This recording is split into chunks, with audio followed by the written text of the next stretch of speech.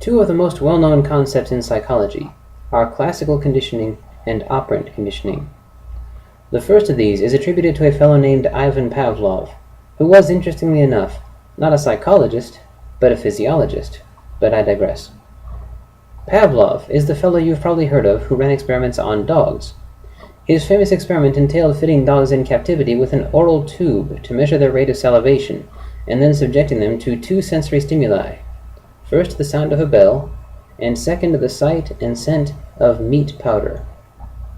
Of course, the salivation rate of these dogs increased when the meat powder was presented. This is what is known as an unconditioned response, that is, an innate response. This is the way the dogs responded without having been trained to respond this way. But over and over again, as this exercise was repeated, the presentation of meat powder followed the ringing of the bell, a sound the dogs were not exposed to at any other time during the experiment. This was the sequence, over and over again, until there came a point at which Pavlov only rang the bell, and the salivation rate of these dogs increased without the meat being presented. The salivation rate increasing in response to the presentation of meat powder is an unconditioned response. The same thing happening in response to the ringing of the bell is a conditioned response, conditioned as in learned. If one can find a friend who is game, one can duplicate this experiment. One can have the friend sit in a room with no especially attention-grabbing stimuli and ring a bell, and then shine a flashlight in the friend's eyes. What is the unconditioned response to the bright light in the eyes? Shrinking pupils, of course. So if one does this a few dozen times in this order, one will reach a point at which one can ring the bell without shining the flashlight in the friend's eyes, and those pupils are going to shrink anyway. If one instinctively responds a certain way to stimulus B, and stimulus B has a tendency to follow stimulus A, one can expect to learn to respond much the same way to stimulus A. There are many ways this particular concept manifests. A cat who consistently hears a can being opened in the kitchen right before being given food soon begins to come trotting into the kitchen at the sound of the can opening. A young man who responds to pornography by becoming aroused and resorts to looking at pornography whenever he is bored soon finds himself becoming aroused in response to the boredom as well. I can personally testify to this one. A child who responds to being spanked with fear, sobbing, and the need to escape, when the spanking is usually preceded by shouting, surely finds himself responding this way to the shouting as well, whether it is followed by the spanking or not. I am sorry to say I can also testify to this one. Someone who grows up in a situation which leaves him consistently at the mercy of authority figures whom instinct compels him to trust, but who are abusive, learns to associate trust with abuse and regret. Years later, after growing up and having outgrown that instinctive trust, the conditioned association between trust and regret remains, and this fellow has difficulty cajoling himself into any situation that depends on trust, including social situations, dating, and intimacy. A woman who happens to be white is called to undergo vetting for jury duty, but since the defendant in the case in question happens to be male and black, and the woman was raped years earlier by someone who likewise held both characteristics, she is disqualified from sitting on the jury. But in order for classical conditioning to produce a conditioned response, it must have an unconditioned response to begin with, a response that is already part of the behavior of the animal in question. Operant conditioning is different, and for this it causes me more concern. This manner of conditioning is actually able to introduce new behavior. This school of thought was pioneered by B.F. Skinner, who was able to use it to train pigeons to play ping pong, a behavior far from typical of pigeons. Operant conditioning relies on three main concepts: positive reinforcement, negative reinforcement, and punishment. Of these, the first is best understood by the general public. When a certain act coincides with a favorable stimulus, that act tends to be repeated. A dog who rolls over on command, and afterward is rewarded with a dog biscuit, is more likely to remain willing to roll over on command. A mouse fitted with an electrical lead, which provides a charge to the pleasure center of the mouse's brain whenever a certain button in his cage is pressed, subsequently presses that button until exhausted by the exertion. One who has ways to make a workout routine fun tends to have a lot less difficulty finding the necessary motivation to keep that routine going. One who enjoys videos made by a certain YouTuber tends to seek out additional opportunities to do so. An act that has a tendency to be followed by positive stimuli tends to be repeated. That one's pretty straightforward. Now here personally I have to hand it to people like J.K. Rowling, Gary Paulson, Beverly Cleary, Sidney Sheldon, and of course Peter David. These people contribute to literacy by writing books that are fun to read. When people enjoy reading, they do more of it, and subsequently their skill for it is honed, their literacy is reinforced, which opens the door for them to branch out into reading other subjects and being exposed to new ideas. But reading about a certain subject is different from watching videos about it, because reading depends on mental exertion. Reading depends on thought. People who do more reading also do more thinking, and so get better at both. But I digress. Punishment is also usually well understood. A cat which accidentally sits on a hot stove will never repeat the mistake, but neither will it ever again sit on a cold stove. A shepherd who has noticed a wolf stalking his flock kills one of his sheep, seasons its carcass with a drug, and leaves the carcass for the wolf to find. The wolf finds it, consumes it, and soon finds itself in a state of severe nausea. It subsides, but the wolf never hunts the flock again. An action which leads to an unpleasant outcome, or no discernible outcome, tends not to be repeated. Negative reinforcement, on the other hand, is usually not so well understood. Contrary to popular belief, it is not the same as punishment. It is what takes place when a behavior which ends or avoids an unfavorable situation has a tendency to be repeated. A woman begins nagging her husband to take out the trash whenever it accumulates past a certain point, but stops nagging the moment he does, and he begins taking it out with less and less delay, until one day he takes it out just before she begins.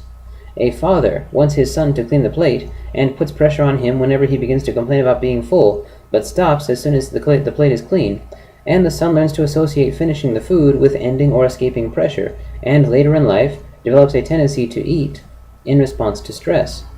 A smoker tries to quit, but goes into withdrawal. In the midst of it, he or she knows that lighting up will end the symptoms, and is tempted a great deal with this.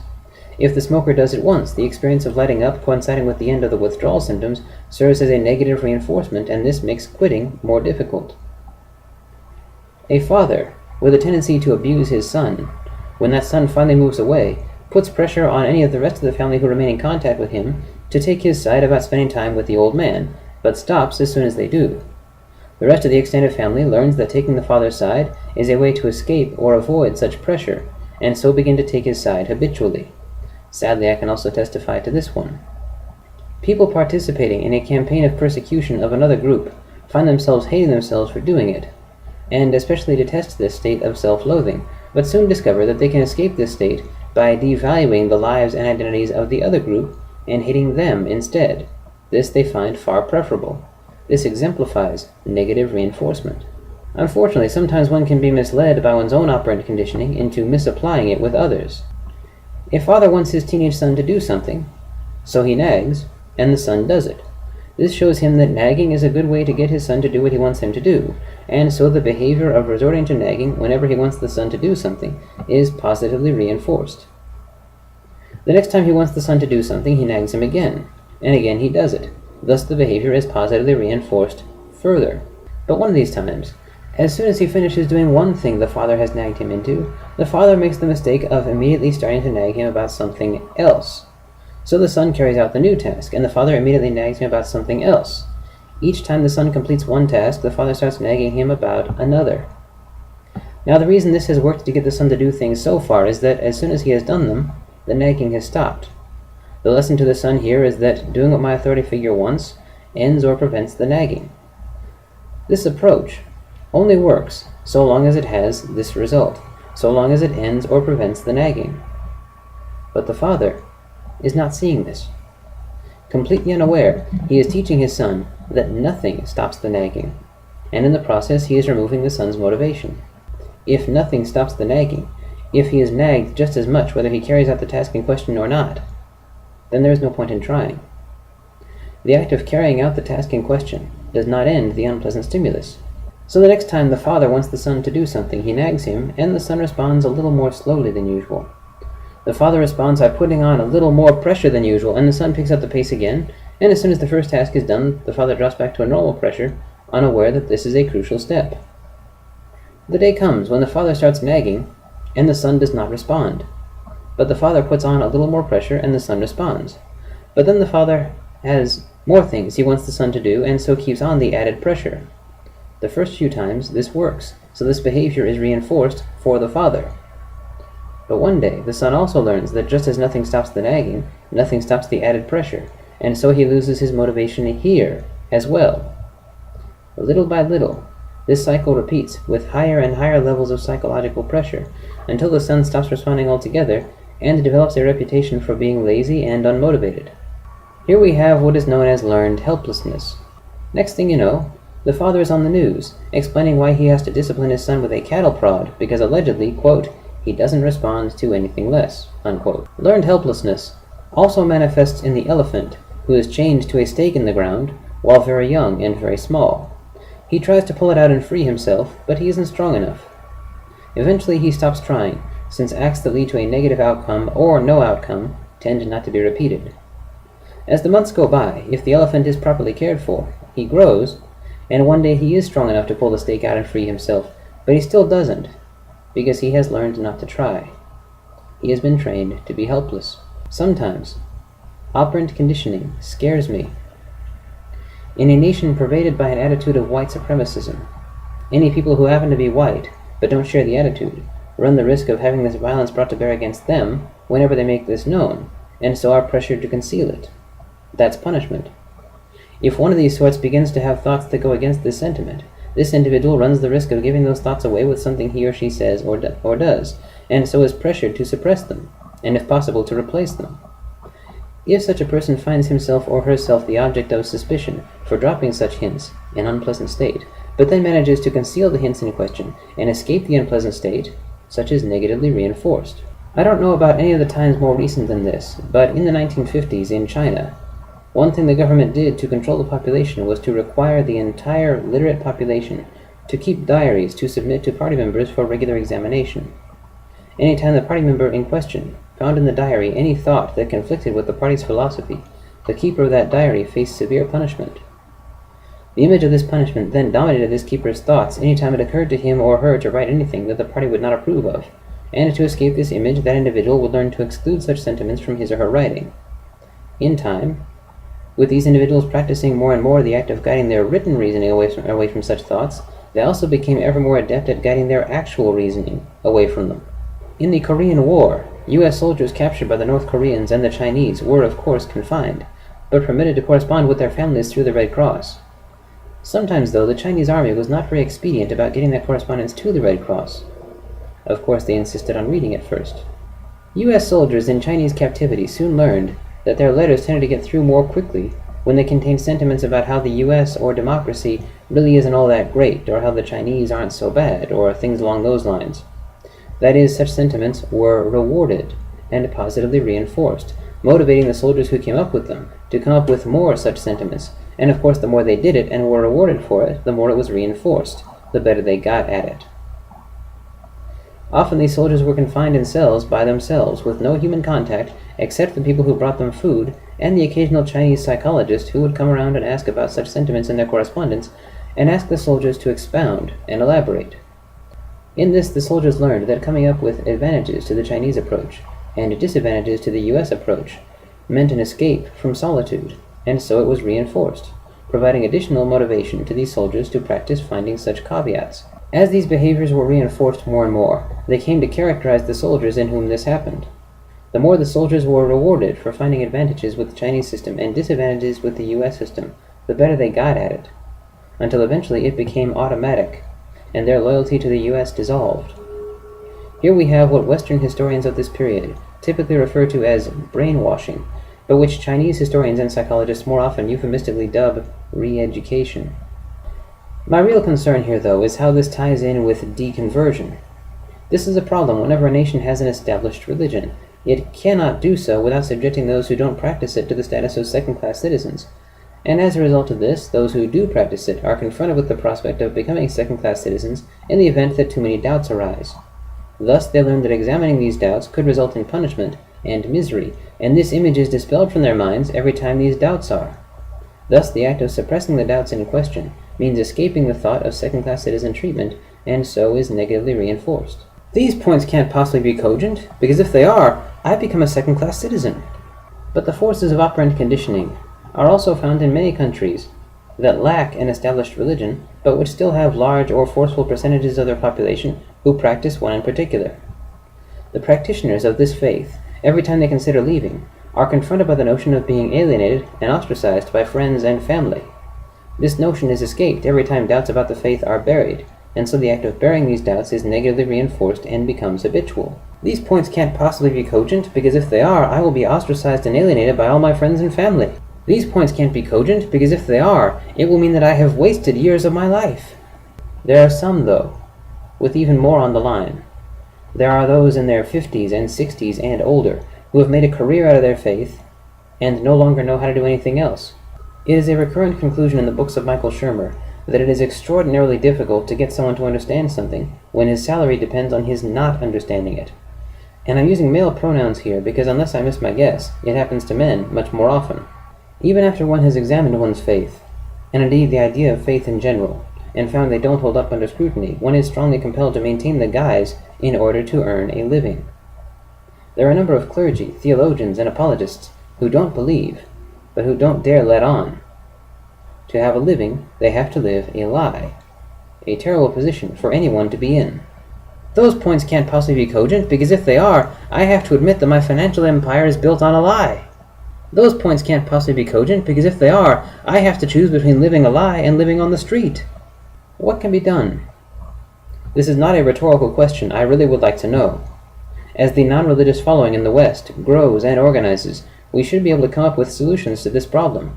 We should have advice we can offer people in this situation, maybe even organizations, which can help. One in such a situation is currently confronted with the notion of losing both affluence and solvency. That's not right.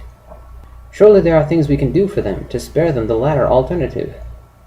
Honesty should not equate with poverty.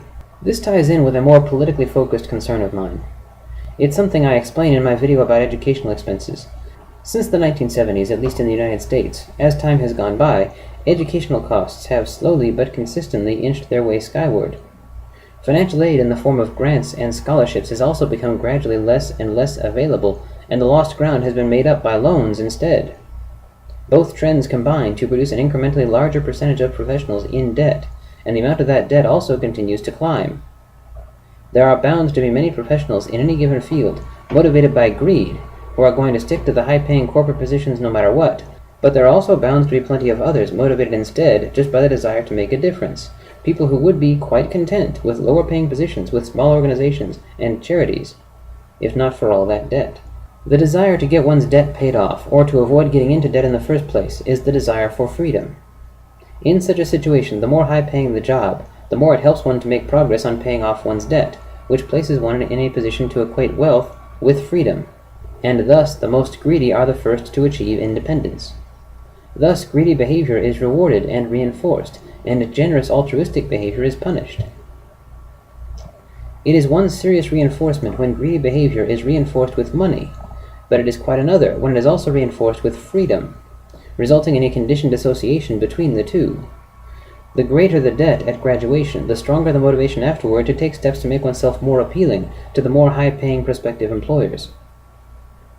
There is a direct positive correlation between just how high-paying any given prospective employer in this country is and how right-leaning their dominant political attitudes tend to be.